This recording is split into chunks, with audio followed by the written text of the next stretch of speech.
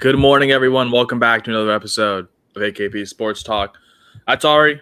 I'm Korea. It's August 29th here, which means week one of the college football season officially kicks off today. We've been waiting for this, obviously.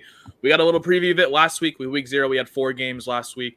Obviously, some FCS games that we weren't even paying attention to. But obviously now we got some more FBS teams making their season debuts today, along with some more teams, obviously, playing their second game later on in the week.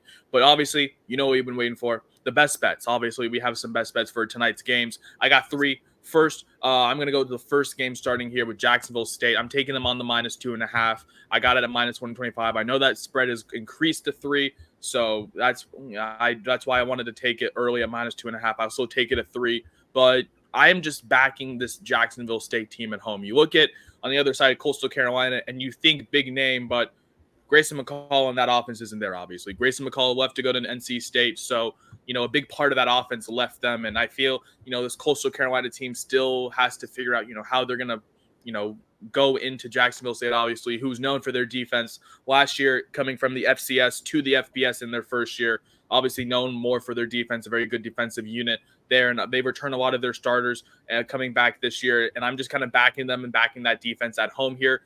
I'm just backing the better team here. Grayson McCall, not starting, I feel is going to be a big part, a big letdown for this Coastal Carolina team. Obviously, I think it's just with the big name. That's why they're getting a lot of line respect here. This was more of a line read here. Obviously, I like to target teams when they have that close 2 to 3 point spread in terms of a home game here.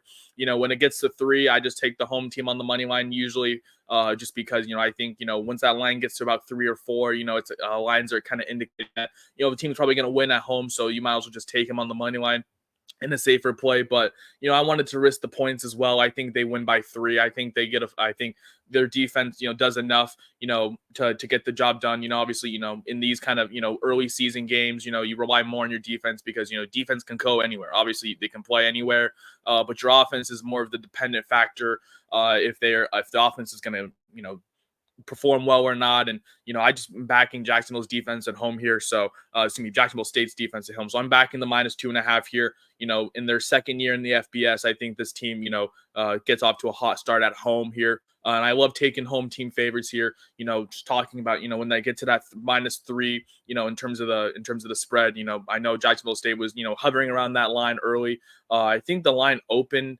almost as a pick 'em, but then just the line has been going in Jacksonville State's direction. So I love that play for me first. With Jacksonville State on the -2.5, got it around -25, 125. I still like it at 3 as well. I'll take it all the way up to 3 there. And then with arguably the game of the night here, I'm taking North Dakota State on the points here. I'm taking them +10. I know the line has already gone up to 10.5. I still take it there. Just let all the Colorado money and steam come in. Everyone's hammering Colorado minus the 9 or 10 or whatever. Everyone's backing this team, right?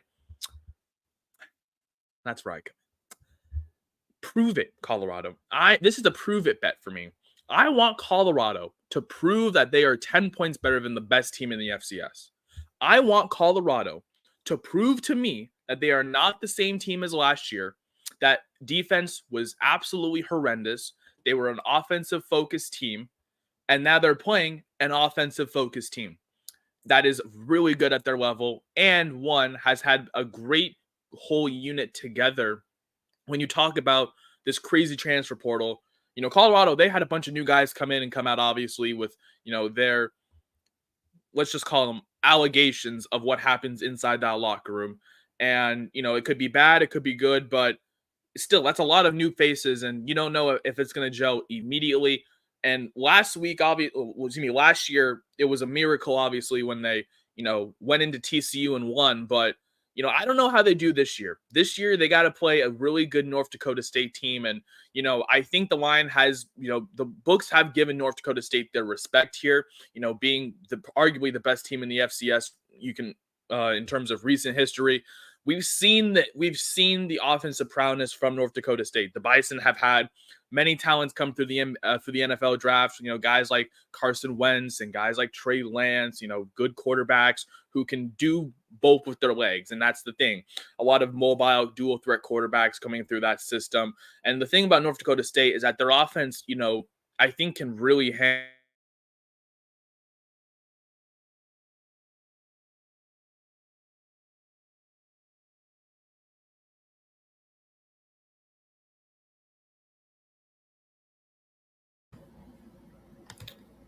think we lost Korea real quick for a second.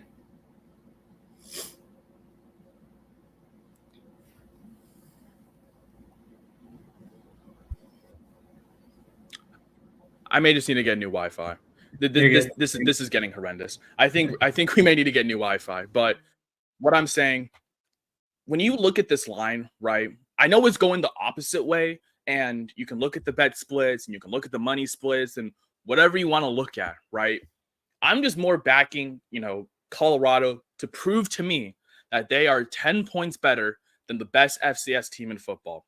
Prove it. Prove it, Colorado. I would love to see it because I don't believe it. I still don't believe this team. A lot of people have their speculations.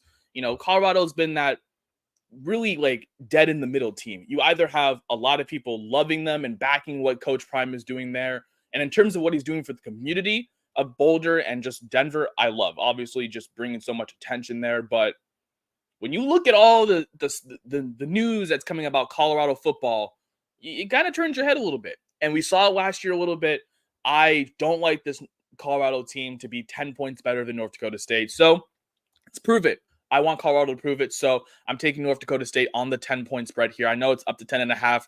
I'll take it all the way up to however the steam goes in Colorado's favor. Take that spread from North Dakota State because it's just going to keep coming and growing. I know it's going to keep growing and growing. Everyone's loading up Colorado money line and Colorado -9 or whatever in their parlays or whatever today. I'm just backing North Dakota State to make this game interesting, obviously. I think North Dakota State can make this game a lot interesting. We've seen it, obviously that Colorado State game last year, the Stanford game last year, whatever game you want to talk about in terms of Colorado being huge favorites and making it an interesting game. So I think North Dakota State can do that today at the FCS. So I think they cover that 10-point spread. And then arguably my favorite game of the night, I know you're on this play as well, but a game I've literally been targeting for it sounds very sus, and I know, but I'll explain in a little bit. I've been targeting this line for like a week now. It opened at 7, right? This line opened as a 7.5-point favorite, right? And it's almost a pick 'em. Taking Sacramento State on the money line. You're thinking, who in the hell is Sacramento State? Well, they are a very sneaky FCS team with a good offense. I'll let Ari explain a little bit more about it. I'm just more targeting the fact that the line has moved a lot more. This kind of goes back on my FCS over FBS wins bet. Obviously, San Jose State, more of a defensive-minded team after last year, not really an offensive team. You go to Sacramento State. Obviously, their offense was, the main factor for them. Just, gaining yards in the air, on the ground, one of the best offenses in the FCS. In terms of how they played. This is more of a line movement play. But when I saw the line at +4, that's when I was like, okay, time to get it now before it gets down. And it went down to +3 yesterday. I woke up this morning, it's +2. Look at that, huh?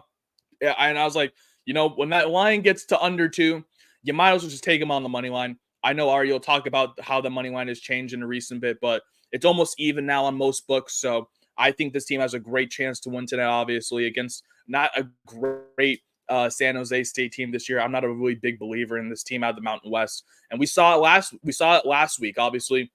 Montana State, even though they had to, make that legacy comeback in the fourth quarter, they still got the win on the road against a Mountain West FBS opponent, obviously in New Mexico. So, I think, if Montana State can do it on the road, I think Sacramento State and their offense can do it on the road as well. So I like them still at plus money. I like them here because I know they're probably going to be potential pick 'em favorites or slight favorites, probably by kickoff by the end of the night. Obviously, this is being the last game of the day at 7 p.m. Pacific time kickoff. So I think with how this line has been going in I'd say the right direction for me personally. Like I said, this line opened at 7.5 on most books, and then when it came on most books, it was around 4, 3.5, and then it's just been going in Sacramento State's favor, even with all the bets going in the favor of San Jose State. A lot of if you want to talk, bets and money splits, I looked it up this morning. 2/3 of the bets are on the side of of San Jose State. Sorry, I couldn't think of it. 2/3 of the bets are on San Jose State side. About 40% of the money is on Sacramento State side. So when you look at bets versus money distributions in terms of games, that's a big indicator of, where the large money is going versus, where the large amount of bets are going. So make sure you look into that as well. Maybe it's an indicator that, a lot more money is going towards Sacramento State's way. Meanwhile, a lot more bets are going towards San Jose State's way. So take that as you will. But in terms of just, the line reading and everything, I think Sacramento State on the money line is a great play here. I got him at +4 a few days ago, like I said, but I was going to give out +3 this morning, but I already saw it. It went down to +2. And, I know Sacramento State +3 is probably going to be juicing somewhere around -1, -135, -140 with, Sacramento State +2, with the spread right now being a pick 'em essentially. So, and I was alluding to that spread is probably going to be, going down to 1.5 or maybe even almost a pick 'em by kickoff. So just take Sacramento State on the money line at this point. Take them as a plus dog to win this game on the road here. So those are my 3 plays today on the opening day of week 1 of the college football season here. Just 3 plays, obviously. I know there's many, many other games. Just didn't like those large spreads or, those weird totals in those large spread games, just targeting. And obviously the other close game, UNC Minnesota, I didn't really like anything in that game. Just, spreads and trends were, going the wrong ways that I like. So those are my 3 picks for tonight. Obviously there's more games throughout the weekend, but just wanted to target these 3 obviously in the first day of college football back in week 1. But Ari, I know you got some bets cooked up today. What do you like on this Thursday, the opening day, week 1 of the college football slate? Yeah, 2 plays for me, and one of them is in that UNC Minnesota game, and I'm on the under. It's a combination of both play style and potential weather. There's supposed to be storms going to Minnesota tonight. I don't think it's not going to impact the game to a huge degree, but it's still at least a small factor of, maybe a wet field or, whatever you want to call it. But either way, I also like it, again, play style wise. I think Minnesota is going to want to establish the run game as they did last year. They have the majority of the offensive line returning and a starting running back. And then UNC improved their defense, moving on from their defensive coordinator. So I think it's going to be kind of a low-scoring slugfest type of game mixed, between the weather and then the play style of both teams, where UNC's defense should be improved and Minnesota's going to want to establish the run game, with the returning players that they have on their offensive line. And then I think it was Darius Taylor, I believe, is the running back. So that's kind of my angle with that. It went up 1 point. I liked it last night at 50.5. It went up 1 point at 51.5, but so I put that here, but I still like that play. 1 point doesn't, change that much for me in terms of that. And then the other play, like you said, I'm also on Sacramento State. This one I got in last night at plus 140. So I did a little parlay last night. So I lost 1 point of value on the under, but then I gained, 35 cents of value on Sacramento State. So obviously it can go both ways if you, lock and play super early, obviously. But, obviously, again, this is part of your season-long bet of FCS over FBS.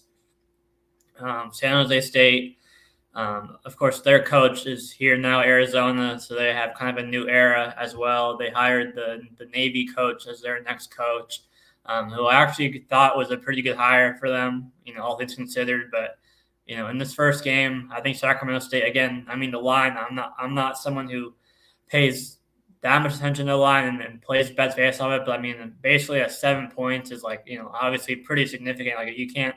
Something you can't overlook, more compared to if it's like a 1 or 2 point move, but 6, 7 points is obviously significant. Last year, Sacramento State went into Stanford and beat them. So they proved that they can, go on the road and beat an FBS school. And, not that Stanford's great, but they're better than San Jose State, at least this year, most likely. So at least Stanford last year compared to San Jose this year, I should say, is what I mean. It's a combination of, wanting to see it before I believe it from San Jose State, with the new coach.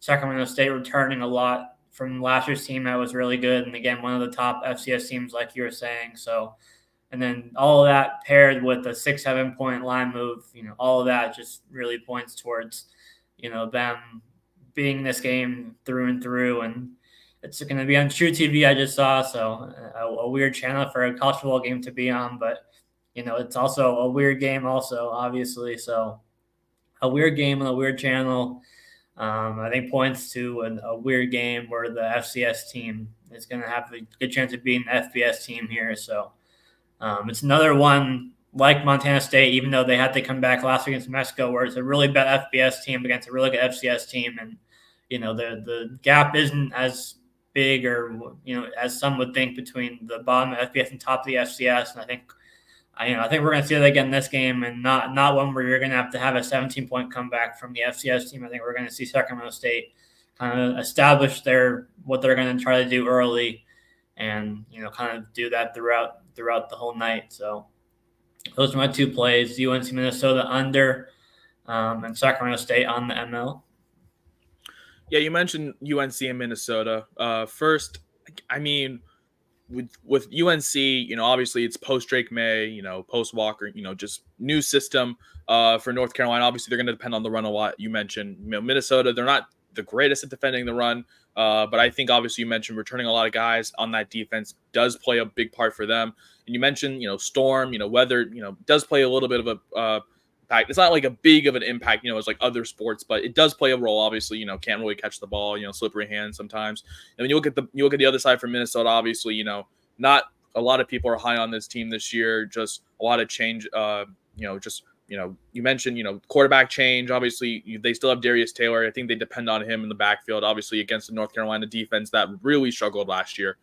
So I think this under is a good look. Obviously, you mentioned even though it went up, I still like that under for you.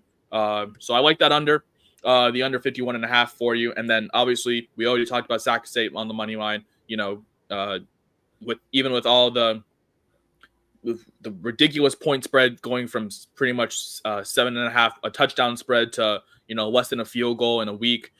Sac State, one of the better offensive teams in the FCS, San Jose State, you mentioned, their coach left for Arizona. So, they bring in the guy from the Navy, and there's not really a lot of excitement just because, but